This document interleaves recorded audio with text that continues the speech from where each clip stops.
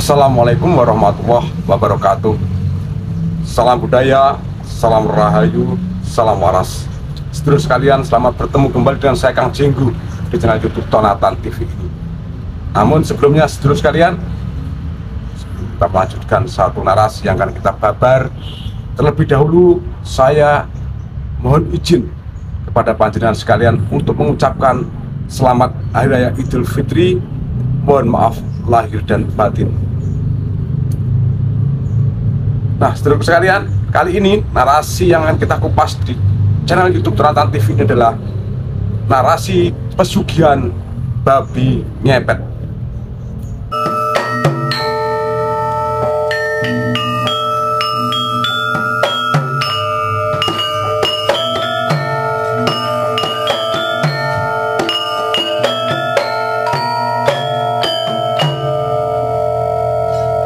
Sedulurku yang berbahagia, jangan lupa untuk tetap ngopi, walau toh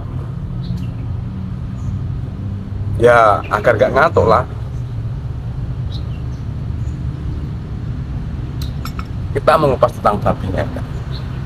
Sebetulnya bagaimana sih pesugihan babi ngepet?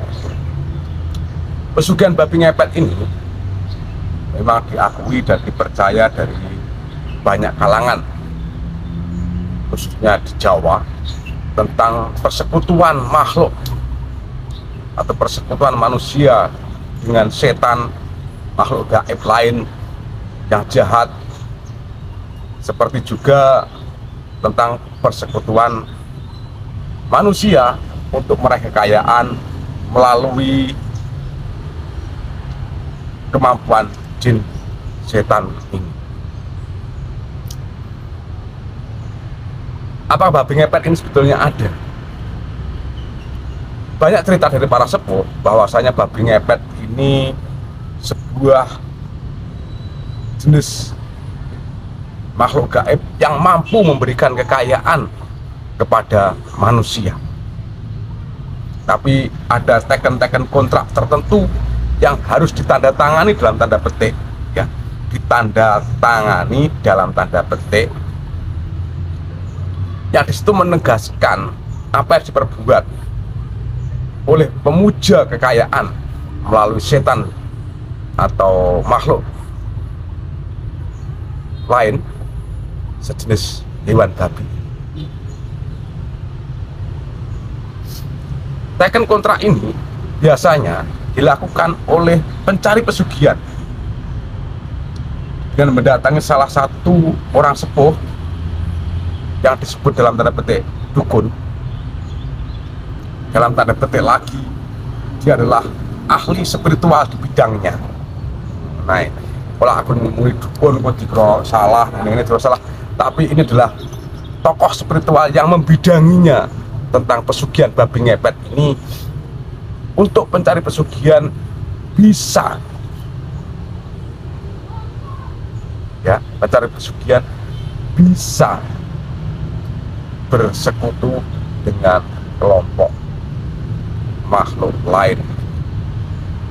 Sebab persekutuan antara manusia dengan makhluk siluman atau makhluk gaib lain, jin, setan, dan sapanunggal kathah bengek, ora gampang, ora angger wong iso. Jadi butuh keahlian-keahlian tertentu.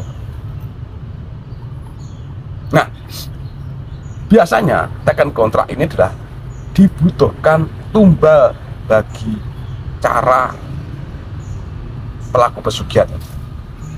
Tumbalnya apa? Kadang manusia, kadang saudara sayang, bahkan ada yang menumbalkan anaknya hanya untuk kekayaan. Ini yang saya dapati dari perbincangan teman-teman di warung-warung kopi ataupun narasi-narasi yang beredar di internet. Sedulurku yang berbahagia, untuk mencari pesugihan babi ngepet ini biasanya harus 2 orang. Ini biasanya sepasang, laki-laki dan perempuan. Karena nanti setelah dimantra-mantrai atau dicoba-jabu oleh sang dukun dan terjadi sang dukun lagi oleh ahli spiritualnya, nanti akan bertemu dengan siluman babi ngepet. Dan ada yang berkata bahwasanya pencari pesugihan ini harus makan kotoran dari siluman babi ini. Agar apa? Agar bisa merubah dirinya menjadi babi. Nah, kenapa kok sepasang, kedua orang atau sepasang ini? Yang satu biasanya laki-laki ini menjadi babinya, yang perempuan ini menjaga rumahnya dengan menyalakan lilin, api ini, nyalakno ya, nyalakno ini, seperti ini.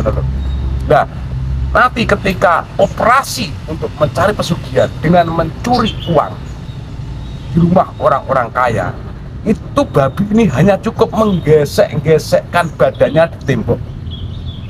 Nah, setelah digesek-gesek di tembok, uangnya sudah masuk pada kantong. Ini yang saya baca dan saya dengar cerita dari orang-orang tua. Nah, setelah itu, bila api yang ditunggu oleh perempuan tadi atau istrinya di rumah itu mompak-mampik, bat-bat itu pertanda si babi dalam keadaan bahaya. Bila demikian terjadi, maka si penunggu atau perempuan yang menunggu tadi, menunggu api tadi, menunggu nyala lilin, nyala uplek, itu harus meniup nyala api itu hingga padam. Intinya kudu mateni lilin mau. Supaya apa? Supaya sang babi cepat merubah diri menjadi manusia. Nah, dalam perubahan diri menjadi manusia dan ritual-ritual tertentu, setelah ada perjanjian kontrak dengan siluman babi di sebuah tempat, maka si ahli dalam supranatural atau apa bentuknya tentang hal pesugihan babi ini, dia akan memberikan selembar kain hitam untuk menutup tubuhnya agar bisa menjadi babi siluman atau babi daden-daden, babi jadi-jadian. Yang ngarani babi daden. Nah, mitos ini beredar banyak, dan memang kalau di masyarakat Jawa banyak yang percaya tentang hal ini. Bahkan juga banyak yang percaya bahwa pencari pesugihan ini harus mengorbankan saudara yang disayangi atau anak yang disayangi sebagai ijol dari kekayaan atau dari bentuk-bentuk yang diberikan siluman kepadanya. Saudara sekalian, namun ada narasi lain secara lain yang akan kita bahas juga. Maka jangan kemana-mana, berikanlah subscribe, like, dan komen pada channel Tonatan TV ini agar channel ini bisa berkembang. Sedulurku yang berbahagia, ada satu narasi yang mengisahkan bahwasanya munculnya isu pesugihan ini adalah sebuah kecemburuan sosial dari para petani pada masa itu. Karena pada waktu itu petani dipaksa untuk tidak kaya. Itulah sistem kapitalisme yang diberlakukan oleh penjajah antara tahun 1800 sekian itu, dengan munculnya gerakan kapitalisme. Kapitalisme adalah hantu yang menakut-nakuti para masyarakat tani untuk menjadi orang kaya dan agar tetap menjadi petani yang tradisional.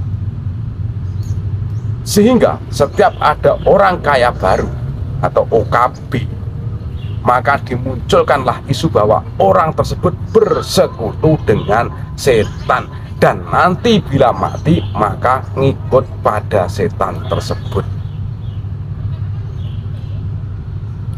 Memang dengan munculnya kapitalisme dan gerakan tanam paksa yang dilakukan oleh penjajah pada masa itu, benar-benar menyudutkan petani dan menakut-nakuti petani. Kapitalisme pada waktu itu adalah menakuti petani dengan di bidang perekonomian.